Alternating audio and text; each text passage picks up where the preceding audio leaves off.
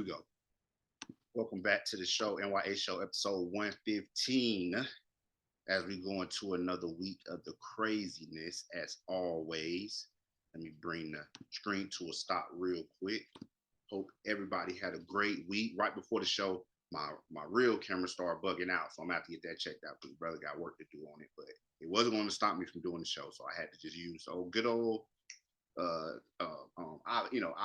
my computer on my eye camera, my eye camera. So it's whatever. Hope everybody had a great week, great weekend. This weekend, they had today was the pastor birthday. My wife's grandfather's actually he passed it. It was his birthday.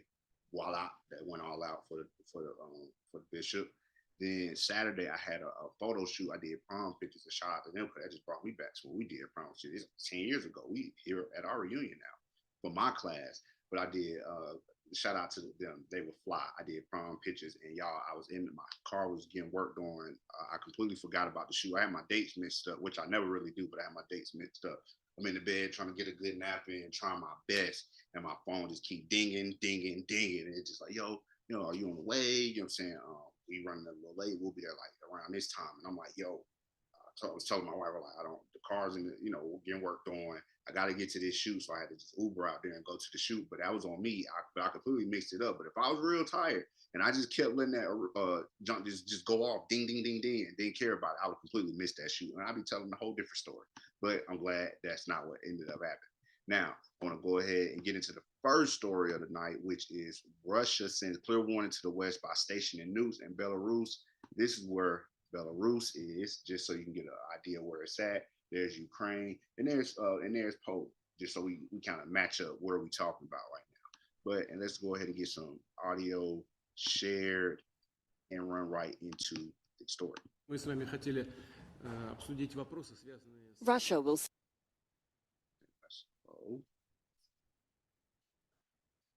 station tactical nuclear weapons in Belarus, President Vladimir Putin has confirmed, sending a warning to NATO over its military support for Ukraine and escalating a standoff with the West. Moscow will complete the construction of a special storage facility for the weapons in the ally country by July. Putin has likened his plans to the US storing weapons in Europe. On the Belarusian border, Ukrainian authorities say there are now about 11,000 Russian troops.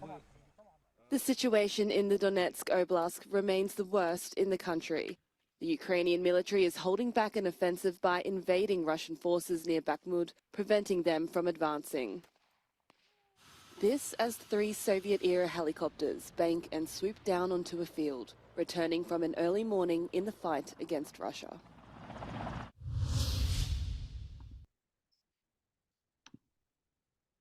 All right, so as you can see, Vladimir Putin doesn't have plans to back down at all when it comes to this whole situation, what's going on in Ukraine. We just must continue to monitor it. He announced that they will be storing their tactical nuclear weapons in Belarus, a clear warning to the West, a clear message to the West, while control of these weapons won't be handed over to Minsk. Putin defended the choice by saying the U.S. has been storing their weapons with their allies for decades. So Vladimir Putin said, what's the big hype about? The United States has been doing it for decades over in their partner's backyard. I'm just putting it over here in my territory, my partner's backyard, which happens to be right here. You get what I'm saying? Right station right above where you guys, we getting it popping at. I just want to let you know that we're going to have nukes stationed here in the future. And that's just the plan for the future. You get what I'm saying? It's not anything that's happening immediately, but it's just showing you, like you said, directly what the story was saying, that Vladimir Putin doesn't really have any plans to step down, is going to station the nukes. Just like I talked to a man at a bus stop and I was at the bus stop one time, and he was saying that when he was in the military, he literally would be sleep. They would take turns sleep, and they would just sleep at a missile that was literally always aimed at whatever enemy country we were at war at the time, whoever the enemy was.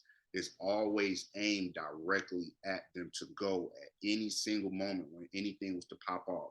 And that was maybe like 10 years ago when I had that conversation, going on 10 years ago. So I can only imagine now what the advance of the military is, because he literally said that was his job, to watch and monitor this weapon, this big rocket that was aimed right at the enemy whenever it was time to get it popping.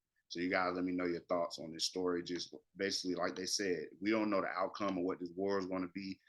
Ukraine is trying to get ready for offense because Russia is going to attack. Just like I haven't been seeing many stories of stuff getting blown up like I did in the first beginning of the war. But trust and believe, nothing really quiet down. That stuff is still going on and will continue to happen, especially as we move into the summer. Niggas got a little cold, but especially as we move into the summer, we're going to definitely see some more unfortunate changes that go on with this whole situation. That United States continues to put full force into and 100% support behind whatever's going on in Ukraine for them to be sovereign. Even though as I go on to the rest of my stories for the evening, you guys will see how we're being hypocrites at the same time. Now, my second story tonight is about they label him as an ex-drug dealer. I guess maybe just get more to the say not lying, but they could have just put his name. But this story has came up a couple times, but I always kind of like push it to the side because it's like, whatever at the end of the day. But it keeps coming back up to the point that I wanted to bring it on to the show and talk about it here. Like I said originally, ex-drug dealer Corey Holland sues Lionsgate for 300 million, claims 50 Cent was allowed to intimidate him. Now, this story is from March 24, 2023, but I keep telling y'all this story was around last year. So some stuff with this story a couple years ago when the original power was going off.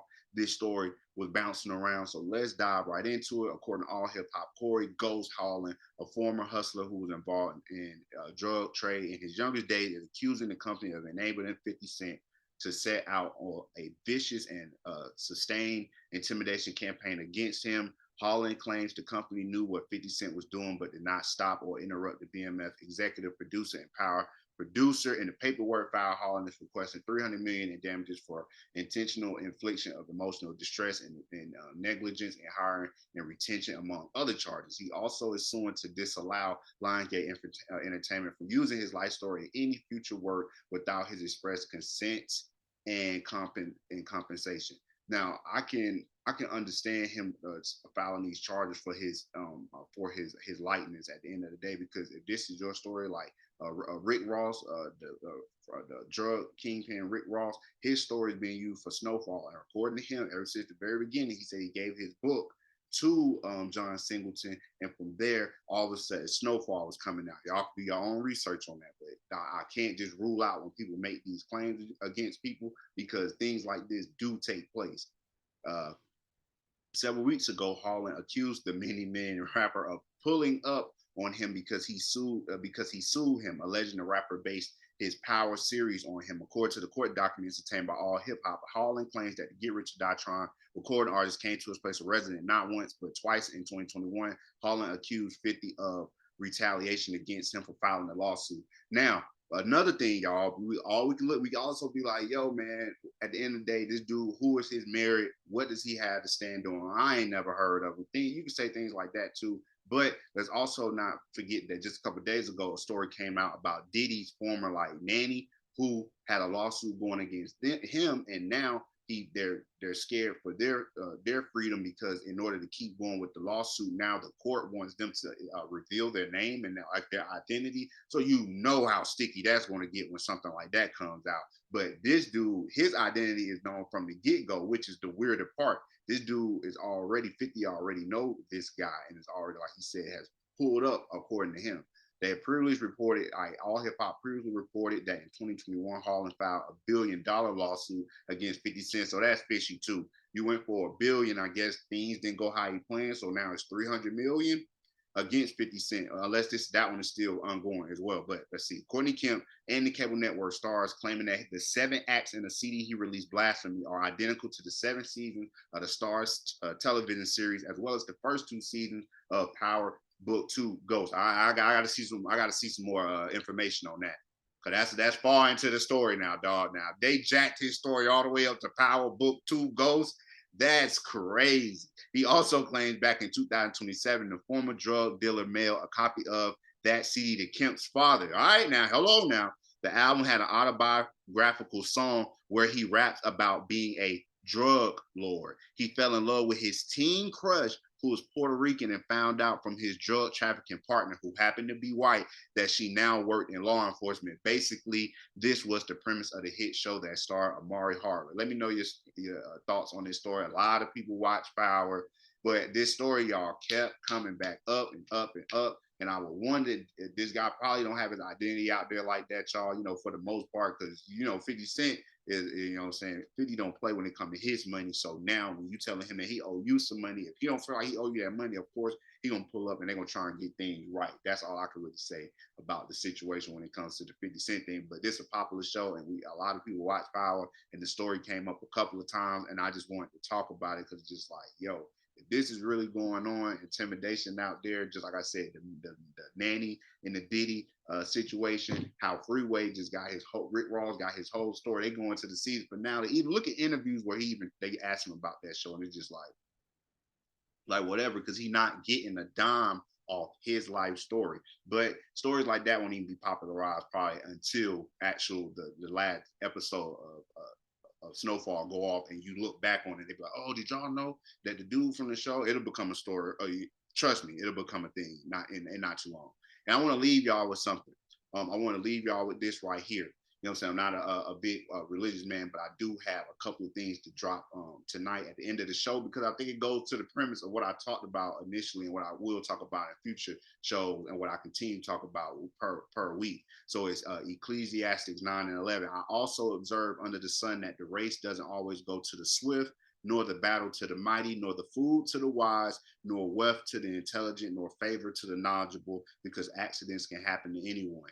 Whole premise of anything that I really talk about here on this show, because none of us are in any better place than anybody else, because at the end of the day, it's all just it's gonna be a random selection. And I want to also leave y'all with death is a thief, because in many stories, the death that we're talking about is always a form of robbery to the person, to the family. I've covered a whole bunch of story, y'all, and death is definitely a thief, if you don't want to call it anything else. Followed by death is always the news, because here and all across the globe, I can get on here on the mic and talk about, what I'm saying, kids giving out chocolates and raising this much money to go to school. But those clips, not the ones that go crazy. It's always the ones where you talk about death, where somebody missing, somebody got something cut off, somebody hurt somebody. Those are always the hot topics. Those are always what get people talking. Those are always the things that everybody got opinions about. So that's what that's what we flow with. So it's the N.y.a show, episode 115. Let me know your thoughts on my stories for the night. And I appreciate y'all, and I'll talk to you next week.